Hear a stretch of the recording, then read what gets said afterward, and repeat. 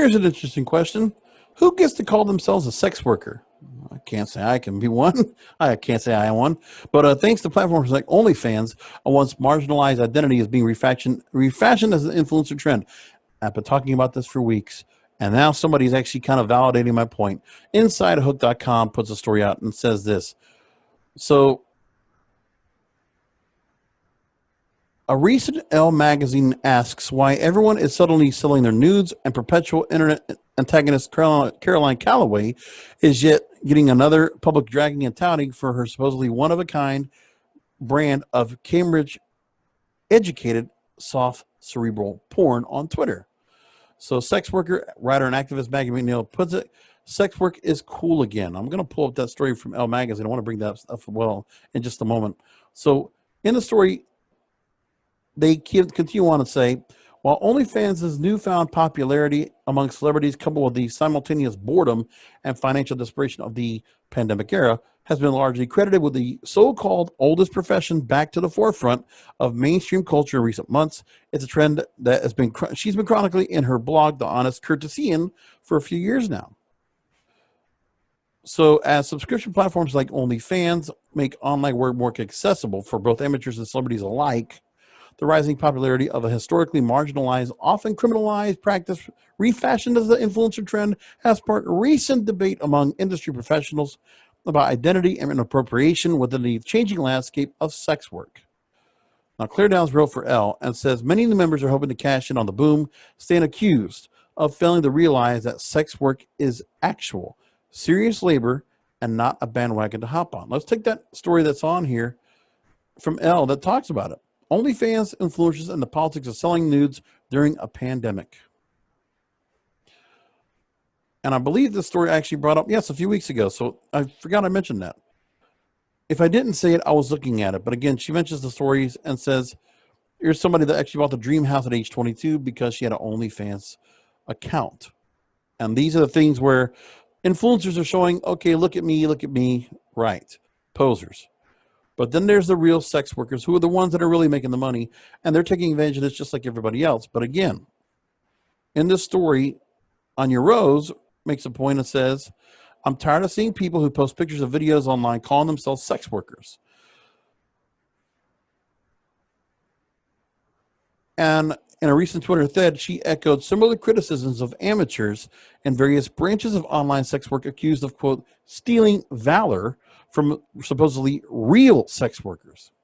While as far as McNeil is concerned, anyone selling their own erotic labor is in fact a sex worker. She acknowledges that online sex work is becoming more popular. Some are claiming the mantle of sex worker who really shouldn't because they think it's going to give them cachet. Again, I've been talking about you're going to do it for the wrong reasons. And again, I'm making my point. So she also adds here that it's just one half of a weird dynamic currently at play in which others who are engaging with sex work decline to identify with the sex industry or attempt to distance themselves from others in the field and what is often criticized as a display of internalized whorephobia. And the debate comes down to who should and who should not call themselves sex workers.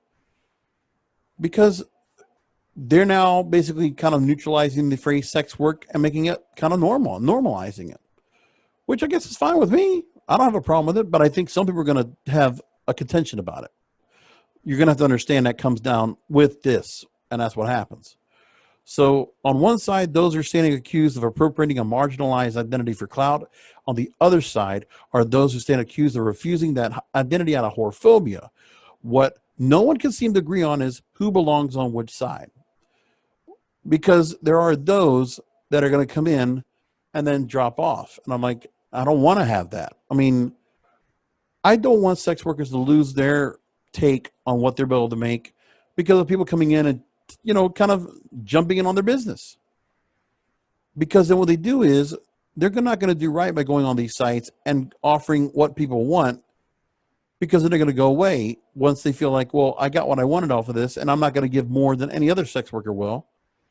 The thing is, they're going to re-identify the term sex worker, and it's going to hurt their business because they've been around doing it for a long time, or they're professionals, and they don't want amateurs coming in to go ahead and bust up their business when they could be doing a better job of it.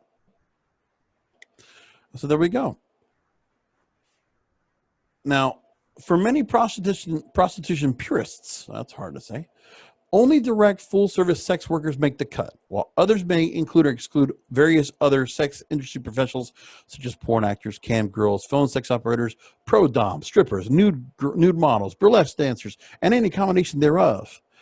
Some recent debates have even questioned whether Hooters employees could be considered sex workers. No, they're not. No. They're just young girls that are trying to get a break, and you use your beauty in order to then gain, and then afterwards you use your wisdom. Women are blessed with that down the line.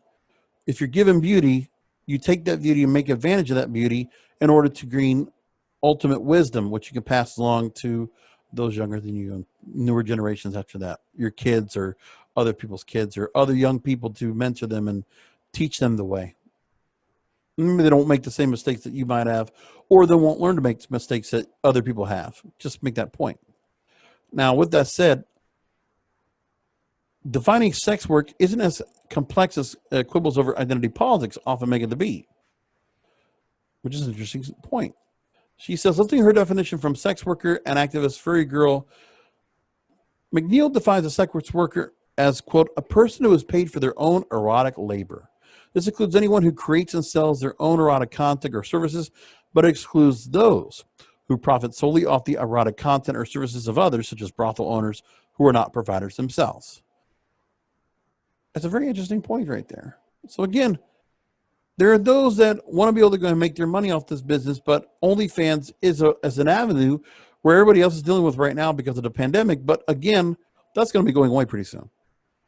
And then when those people decide to go away after the pandemic and drop off of OnlyFans, who will be left? What kind of damage will they leave that platform for those that want to keep this as a steady stream of income? That's the point that's got to be made. There's more in the story, but I think that's really what I come down to. This is important to kind of point across. And here's another thing, is that she says that I don't think very many people have really refused the label of sex worker because they think they haven't earned it. Mistress Eva, who is somebody that actually spoke to on this story, they said, as a laborer on the ground, I appreciate it if an individual is aware of the historical marginalization, but does one see oneself based on that awareness seems thoughtful but potentially unproductive towards the destigmatization of sex work. And that's one of the things that's got to be thought about. So for those that are going to be out there doing their sex work and they're going to be able to go and do this, again, think of the ramifications.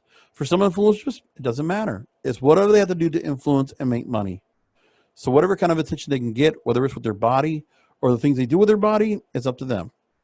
But they're willing to go ahead and realize what they're doing with themselves, and that's what they're going to do more than anything else.